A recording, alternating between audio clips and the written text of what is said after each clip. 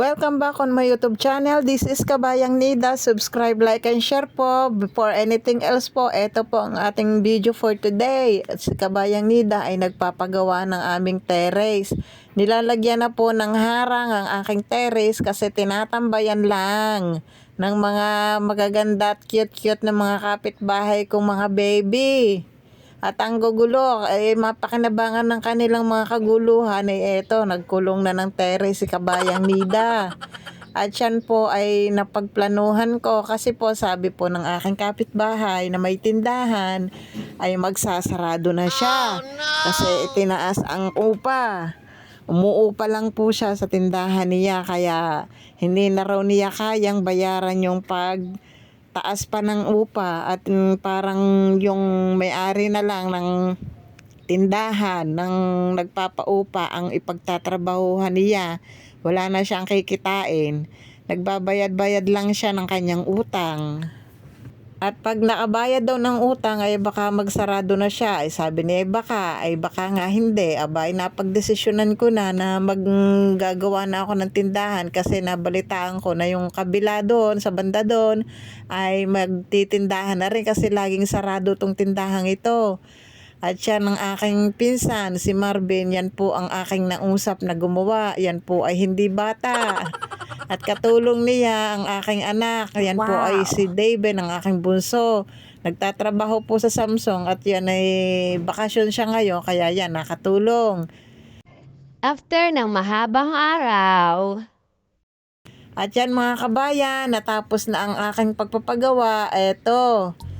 Bumili na ako, bibili ako ng mga pang-display sa aking tindahan. At eto, stiko, ito ang mabili kasi dati may tindahan na ako nung maliliit pa ang aking mga anak. Stiko ang pinakamabili. Ayan, pili-pili na ako dito mga kabayan at hindi ko na kayo isasama kasi hindi ako makakapagpili kapag may camera. At eto na mga kabayan, nagpakwenta na. Babalutin ang aking mga pinili. Hindi pala akong pumili, si mother sinama ko sila. At bahala silang pumili. At yan, sasakay na kami, pauwi na, medyo ginabi na kami kasi gabi naman talaga kaming umalis sa bahay kasi biglaan na. Ayan, dito po ako unang namili sa Pure Gold. At ako po ay nagpa-member muna bago ako namili para mayroon akong points at saka may mga discount. After a few hours, eto na, nasa bahay na. At yan, syempre, ready sa Kabayang Nida. Meron akong pang label. Yan, gamit ko label gun. Lalagyan ko ng presyo para kahit wala ako, makakapagtinda sila. Ito po ang aking pinagkakaabalahan ngayon. Bukod sa aking pagtitinda, syempre, ganap-ganap lang pag may time. Ayan po, hindi po sponsored yung mga yan. Yan po ay gamit ko lang dito sa aking tindahan. At yan na, nagtitinda na si Kabayang Nida at hindi pa napupuno. At yan ang aking taga-tinda. Ang lagi ng pakialamera sa buhay ko. Lagi nang parati ng perminang nakapuyangit sa akin. Itong aking asong ito, si Chopper. Yan, nasa ibabaw pa ng aking lamesa. Ay, paano ako makakatinda na yan? Ay, siya'y takot ng aking mga customer. Pero mabait naman po ang aso kong ito.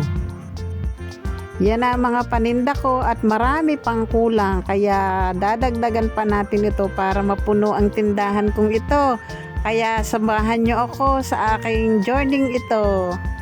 Magiging busy na naman si Kabayang Nida aside sa tahe. Magtinda-tinda tayo. Yan, kukunti pa lang ang aking listahan. At yan ang aking mga buyer.